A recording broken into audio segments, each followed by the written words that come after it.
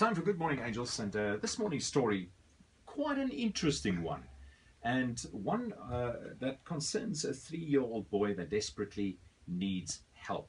Moms, tell us about Smallo.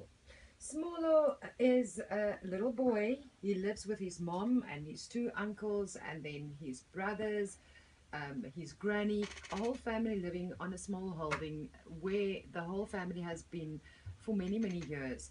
And the owners of the small holding actually contacted Operation Healing Hands, our friends, the doctors, who have done amazing work last year and who've decided to carry on the work that they started for Mandela Day last year. And this little boy, basically, as we know it, has water on the brain. And they're really concerned about him because he needs to get some help with that. Now, in studio with us this morning is Warren Janish, and it's their farm. The little boy lives on their farm with his family. Warren, nice to meet you, man. Morning. This is all right to give us reality here. You know, we can listen to medical. What is this? What's wrong? And he started about a year ago having seizures. So I'd find him, I'd get a call at like 9 at night saying come, and his teeth are clenched and he's shaking and there's spit coming out his mouth and they don't know what to do. And we call the ambulance and they take about 4 hours to come. And the kid's nearly dying, so my dad's a vet, so we at least have some medication to help in the meantime. But then we started calling private ambulances. And me and Debbie started splitting the costs for that. So Debbie is your neighbour? She's my neighbour, yeah. She's a trauma surgeon.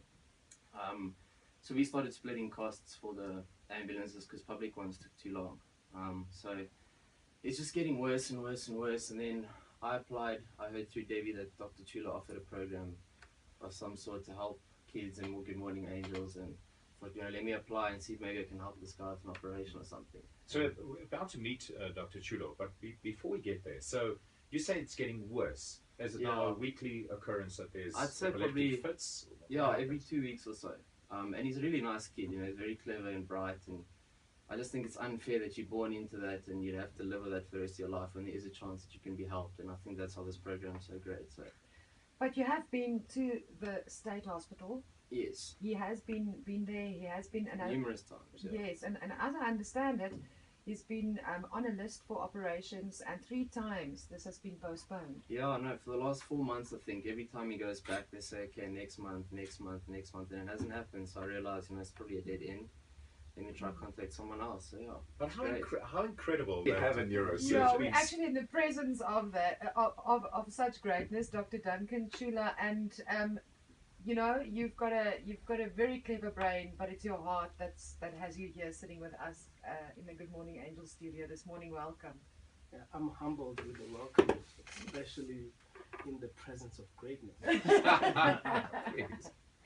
So, Dr. Chula, you've met little Smallo. Yes, I've been with Healing Hands since last year.